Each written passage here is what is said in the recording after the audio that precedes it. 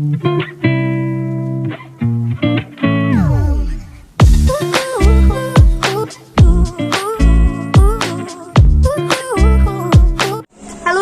Welcome to my YouTube channel. I am Varisha और आज हम पढ़ने वाले हैं वर्ल्ड ट्रेड ऑर्गेनाइजेशन, जिसको शॉर्ट में WTO कहा जाता है। ये टॉपिक है हमारे क्लास 10th इकोनॉमिक्स का chapter number 4, globalization and the Indian economy का।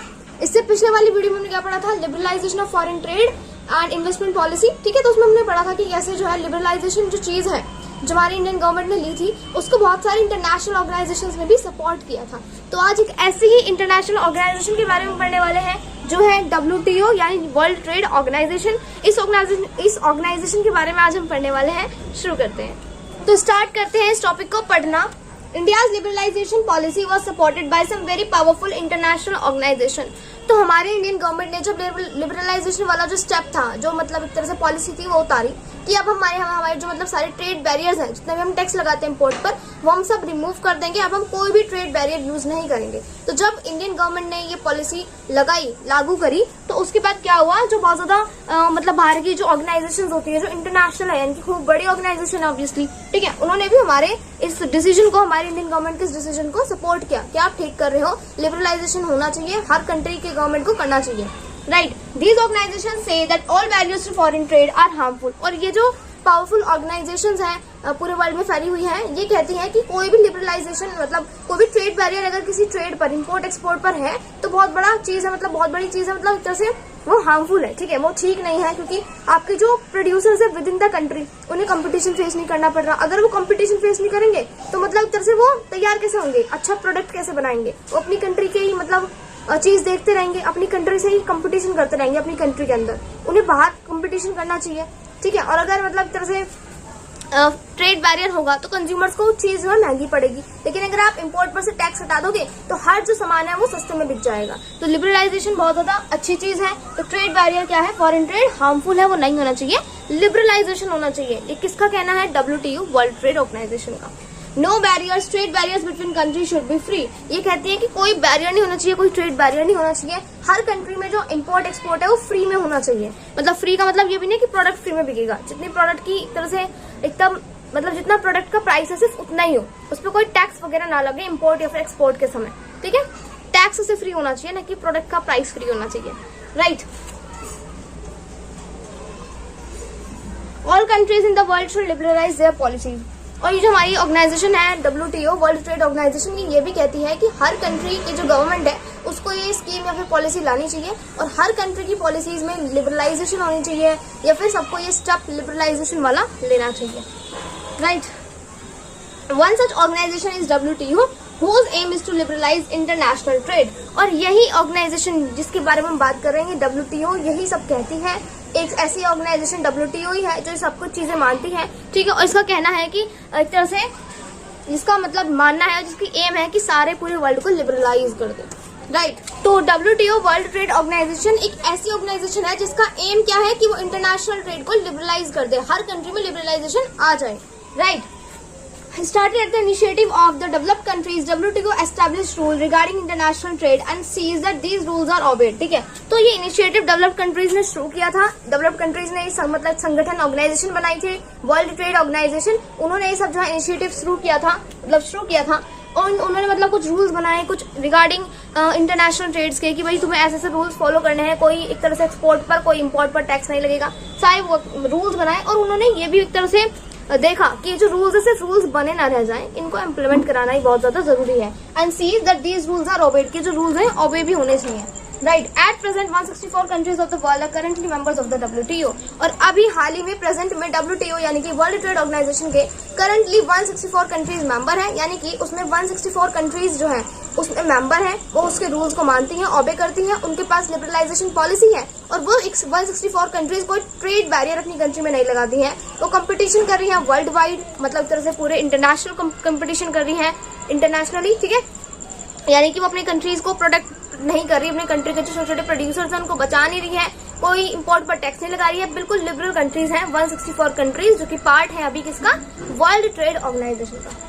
Though WTO is supposed to allow free trade for all, in practice it is seen that the developed countries have unfairly retained trade barriers। अब तक हमने क्या पढ़ा है WTO के बारे में, कि ये चाहता है कि हर कंट्री की जो मतलब ट्रेड बैरियर्स है वो हट जाए, हर कंट्री लिबरलाइजेशन करे। लेकिन WTO तो चाहता है ये सब, ठीक है, दो WTO suppose to allow free trade for all, ये तो चाहता है कि सबके लिए फ्री ट्रेड हो। लेकिन in practice it is seen that the developed countries, लेकिन प्रैक्टिस में देखा गया है कि जो डेवलप्ड कंट्रीज यानी जिनके पास पैसा है, ठीक है, वो डेवलप्ड हो चुकी हैं, एक तरह से मतलब डेवलपमेंट की रिपोर्ट होती है ना कि कैसे किसी कंट्री को नापे।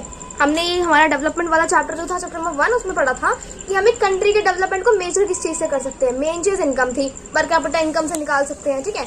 तो वहां पर क्या आता है कि जो कंट्रीज हैं पहले होती है developed, developing and low developed या फिर middle developed, low middle income countries, ठीक है, जिसमें हमारा इंडिया आता है, ठीक है। तो जो मतलब डेवलप्ड है यानी कि उनकी वो बिल्कुल डेवलप्ड हो चुकी है, जैसे कि जापान, अमेरिका, यूएस, ठीक है। तो जो सारी कंट्रीज हैं डेवलप्ड है, अब मतलब उनकी कोई स्टेज नहीं रहेगी डेवलपिंग की, सबसे आगे है वो। अब उनके पास ज्यादा पैसा है तो वो क्या कर रही है डेवलप्ड कंट्रीज, WTO तो चाहता है कि ट्रेड फ्री हो, WTO उसमें यहाँ पे कुछ घोलमोल नहीं कर रहा, लेकिन ये डेवलप्ड कंट्रीज कहीं ना कहीं एक तरह से कुछ करप्शन कर रही है। क्या कर रही है, have unfairly retain trade barriers, इन्होंने अनफेयरली यानी कि जो WTO कहता भी नहीं है, मतलब एक तरह से जो WTO के रूल्स भी नहीं है, इन्होंने अनफेयरली यानी कि एक तरह से लॉ को ना मानते हुए अनफेयरली क्या करा है, रिटेन कर ली है ट्रेड बैरियर्स को, यानी कि इन्होंने ट्रेड बैरियर्स अपनी कंट्री में लगा लिए हैं, ठीक है। अब वो कैसे लगाए हैं, इन्होंने डायरेक्ट ट्रेड बैरियर्स नहीं लगाए कि इंपोर्ट पे टैक्स लगा रही है, इन्होंने कुछ और तरीका आजमाया है, ठीक है। तो हम देखेंगे नेक्स्ट पेज पर। अभी on the other hand WTO rules have forced the developing countries to remove trade barriers. अब यहाँ पर दो कंट्रीज हैं, डेवलपिंग और डेवलप्ड।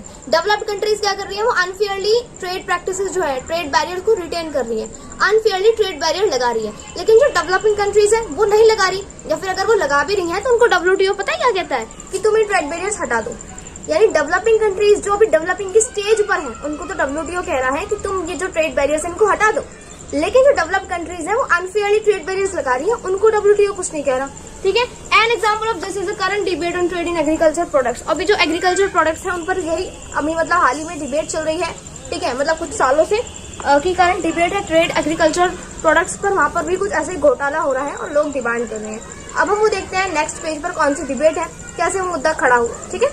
तो यहाँ पर हमने अभी क्या पढ़ा है कि जो WTO है वो लिबरलाइजेशन को सपोर्ट करती है, 164 कंट्रीज जो है अभी करंटली उसकी मेंबर्स हैं, जबकि डेवलपिंग कंट्रीज जो है उनको कहा जा रहा है कि तुम ट्रेड बैरियर हटा दो, और जो डेवलप्ड कंट्रीज है वो अनफेयर मीन्स से अपने ऊपर मतलब ट्रेड बैरियर्स लगा रही है, लेकिन WTO ने कुछ नहीं बोल रहा। ऐसा ही एग्जाम्पल अभी जो है हाल ही में डिबेट चल रही है, ट्रेड डिबेट, उसको हम देखते हैं नेक्स्ट पेज पर। तो अभी हमने प्रीवियस पेज पर हमारा टॉपिक पढ़ा वर्ल्ड ट्रेड ऑर्गेनाइजेशन यानी कि WTO। हमने इसके बारे में देखा कि एक ऐसे ऑर्गेनाइजेशन है जो चाहती है कि एकदम फ्री हो ट्रेड, हर किसी कंट्री में इंपोर्ट एक्सपोर्ट जो हो उस पर कोई भी एक तरह से ट्रेड बैरियर ना लगे या फिर टैक्स ना लगे, ठीक है। सो वर्ल्ड ट्रेड ऑर्गेनाइजेशन के बारे में हमने पढ़ा। अभी हाल ही में जो हमने देखा है कि अभी कुछ हाल ही में डिबेट चल रही है कि कुछ कंट्रीज जो है अनफेयरली ट्रेड बैरियर जो है उनको लगा रही है अपनी कंट्रीज के ऊपर, ठीक है। तो हम उसको पढ़ने वाले हैं अब, ठीक है। So debate on trade practices in US, share of agriculture in GDP 1%, share in total employment a tiny 0.5%। तो यूएस में क्या हो रहा है कि वहाँ पर जो मतलब एक खेत है समझ लो, ठीक है, तो वहाँ पर क्या हो रहा है, जो उस छोटा सा खेत है, हम एक एग्जांपल लेते हैं, अब वहाँ पर 0.5% जो पॉपुलेशन है पूरे यूएस की, यूनाइटेड स्टेट्स ऑफ अमेरिका की, उसकी 0.5% पॉपुलेशन उस खेत में काम करती है या फिर एग्रीकल्चर सेक्टर में काम करती है, और फिर वो सब काम कर 1% अपने कंट्री के GDP में कंट्रीब्यूट करते हैं। 0.5% लोग एम्प्लॉयड है और 1% GDP कंट्री का बना रहे हैं, ठीक है। वैसे तो छोटा सा है, लेकिन फिर भी देखो कैसे करप्शन कर रहे हैं, right. So yet this very small percentage of people who are engaged in agriculture in US receive massive sums of money from the US government for production and for exports to other countries। अब ये जो 0.5% लोग हैं, हम कह देंगे चलो छोटे से लोग हैं, ज्यादा पैसे नहीं है, लेकिन यहाँ पर क्या हो रहा है कि यूएस की जो गवर्नमेंट है वो इन्हें पैसे दे देती है कि आपका जो प्रोडक्शन है, कि आप मतलब जो भी खेती वगैरह में सामान लगेगा, जितना भी आपका प्रोडक्शन में पैसा खर्च होगा वो हम देंगे, ठीक है। फिर आप जब एक्सपोर्ट करोगे अलग कंट्रीज में उसका पैसा हम देंगे। आपको बस एक काम करना है कि जो आप प्रोडक्ट बेचने वाले हो ना, तो उसको अगली कंट्रीज में सस्ता बेचना। अब देखो इससे क्या होने वाला है, जब उन्हें पैसे मिल जाएंगे तो फार्मर्स रेडी हो जाएंगे कि अब हम मतलब हमें पैसे तो मिल ही गए ना गवर्नमेंट से, तो हम अपना सामान अगर हम सस्ते में बेचते हैं तो हम फायदे में रह ही जाएंगे, हमें कोई दिक्कत वाली बात नहीं है। अब वो अलग कंट्रीज में उस सामान को सस्ते में बेच देते हैं।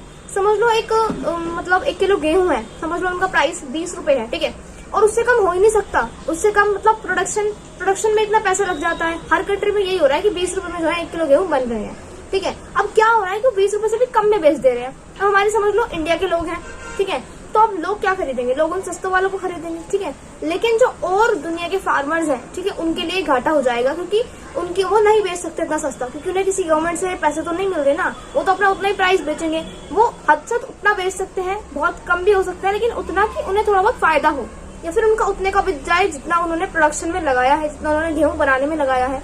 लेकिन वो उतना तो नहीं बेच सकते जितना यूएस के फार्मर्स बेच रहे हैं। तो यहाँ पर यही दिक्कत आ रही है कि यूएस के जो फार्मर्स हैं, उनको यूएस की गवर्नमेंट ने पैसे दिए हैं कि आप प्रोडक्शन के लिए और एक्सपोर्ट के लिए पैसा हम देते हैं, आप अपना प्रोडक्ट सस्ते में बेचो। अब सस्ते में बेचोगे तो और फार्मर्स के लिए एक तरह से खराबी चीज होगी, या फिर मतलब उनका सामान फिर बिकेगा नहीं, ठीक है। Now, due to this massive money that they receive, US farmers can sell the farm products at abnormally low prices.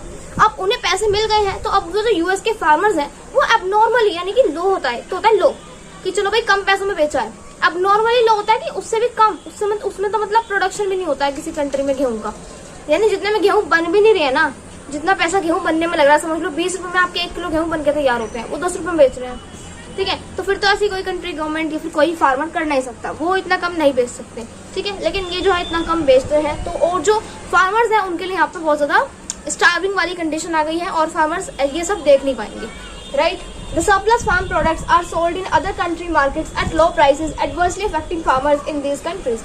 अभी जो फार्म प्रोडक्ट्स हैं, जितने भी एग्रीकल्चर मतलब जो भी बन के निकल रहा है उस खेत में से, वो सब जो है अलग अलग कंट्रीज में बेचा जा रहा है, बिल्कुल एबनॉर्मली लो प्राइसेस पर, ठीक है।